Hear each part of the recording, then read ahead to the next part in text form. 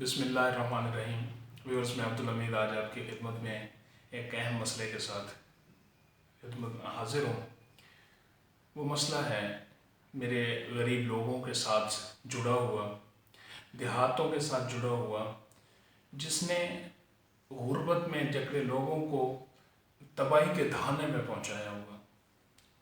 اور یہ وہ افریت ہے، وہ جال ہے، وہ ایک نیٹ ورک ہے جس نے میرے کسانوں کو، غریب مزدور دیہڑی دار طبقے کو مزید پس کے رکھ دیا ہے۔ میں جس ٹاپک کی بات کرنا چاہتا ہوں وہ میکرو فائنانس بینکنگ ہے۔ میکرو فائنانس بینکنگ یہ NRSP کے ماڈل کے بعد پاکستان میں زیادہ لانچ ہوئی، اور پچھلے 3-4 سال سے یا 5 سال سے کہہ لیں کہ اس نے بہت زیادہ ترقی کی ہے۔ اس کے اپنے ریزلٹس اب بلینز میں پہنچ چکے ہیں، اربوں میں پہنچ چکے ہیں، لیکن جن کو انہوں نے قرض دیا تھا وہ 10,000 15,000 20,000 کی مد میں، زیادہ سے زیادہ ان کی شاید رینج 25,000 ہے، تو وہ مزید غربت میں پس گئے ہیں۔ یہ بہت بڑا المناک ایک نیٹ ورک جو غریبوں کو پسنے کے لیے ہے۔ بظاہر ان کا یہ ہوتا ہے کہ یہ کسی چھوٹے کاروبار کے لیے، کسی چھوٹے سیٹ اپ کے لیے ہم ان کو لون دے رہے ہیں، لیکن حقیقت میں ایسا نہیں ہوتا۔ ان کا کام یہ ہے، جو ان کی جو سٹاف ہوتا ہے، جو فیلڈ سٹاف ہے، جو امپلائیز ہیں، ان کے ذمہ یہ ہوتا ہے کہ آپ نے میکسیمم جو کسٹمر ہیں وہ لانے ہیں۔ اسی سے ان کے رینک بڑھتے ہیں، اسی سے ان کی سیلری بڑھتی ہے، اسی سے ان کے الاؤنسز اور بونسز وغیرہ میں اضافہ ہوتا ہے۔ وہ پھر گروپس کی شکل میں جا کر ایک گروپ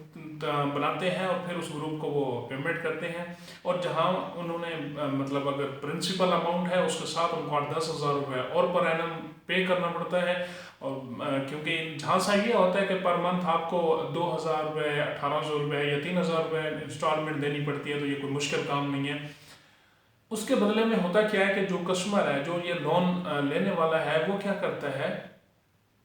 اس کا اس 10-20,000 سے کیا بنتا ہے کہ وہ جا کر یا تو اپنے جو کریانہ کا کھاتا ہے اس میں جمع کرانے ہوتے ہیں اس میں،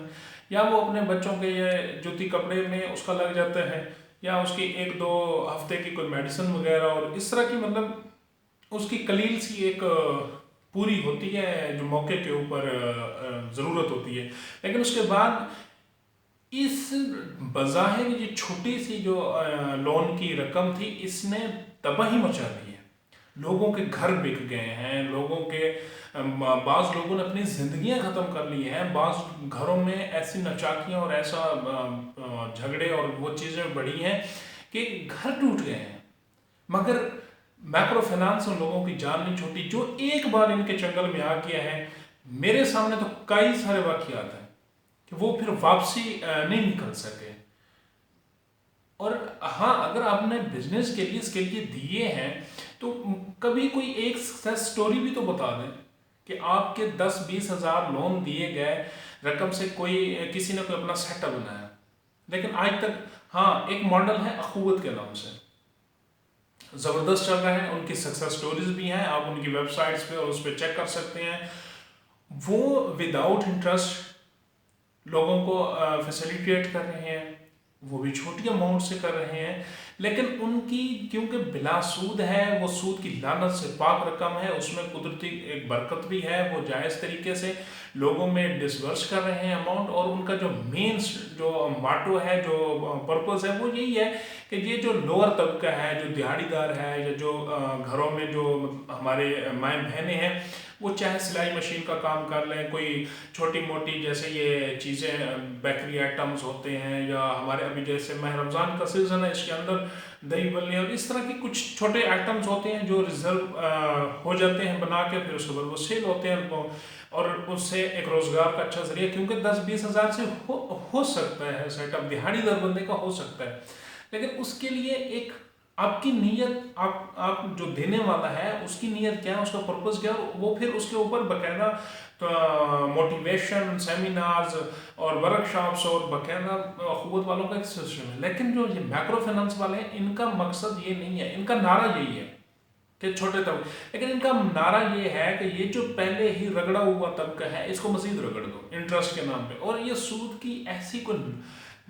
نحوست اور منحوس اماؤنٹ ہوتی ہے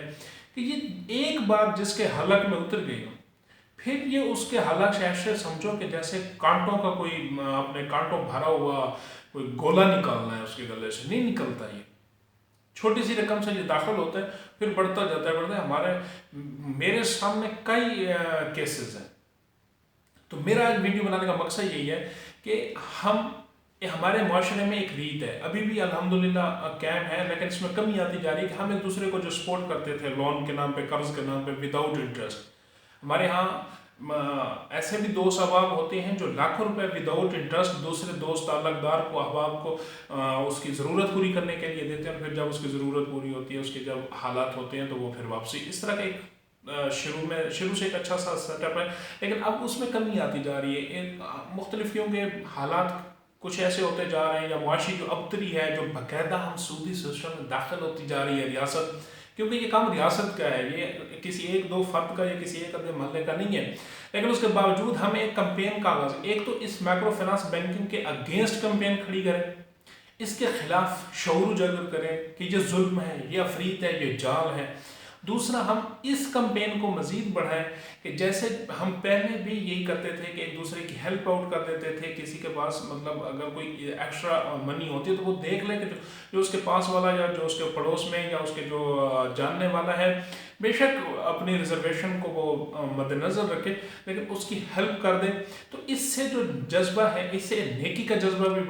بڑھتا ہے، اس سے جو آپ کی رقم ہے جس مقصد کے لیے آپ دیتے ہیں اس کے پورے ہونے کے بھی چانسز زیادہ ہیں، لیکن جو مائکرو فائنانس بینکنگ ہے وہ جس مقصد کے لیے دیتے ہیں کہ ان کا مقصد سود ہوتا ہے، ان کا مقصد کمائی کرنا ہوتا ہے، ان کا مقصد بینکس کے ریزرو بڑھانا ہوتا ہے، اس لیے جو لیتا ہے وہ ڈوب جاتا ہے، لیکن جس نے دیا ہے وہ پھر بظاہر کیوں، لیکن یہ ہے کہ آپ صلی اللہ علیہ وسلم کی حدیث مبارکہ کے جیسے کہ سود میرے ساتھ اور اللہ رب العزت کے ساتھ اعلان جنگ ہے۔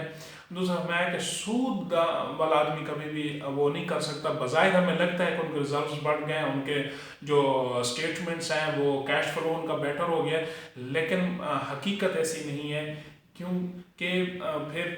تباہی ان کا مقدر ہوتی ہے، ذلت ان کا مقدر ہوتی ہے۔ اللہ رب العزت میری ریاست کو سود سے پاک فرمائے، اللہ رب العزت میرے ہر گھر کو سود سے محفوظ رکھے، اللہ رب العزت ہمارے ہر شہری کے حالات ایسے کر دے کہ ہم اس ناجائز، اس افریط سے، اس جال سے بچ جائیں۔ انہی گزارشات کے ساتھ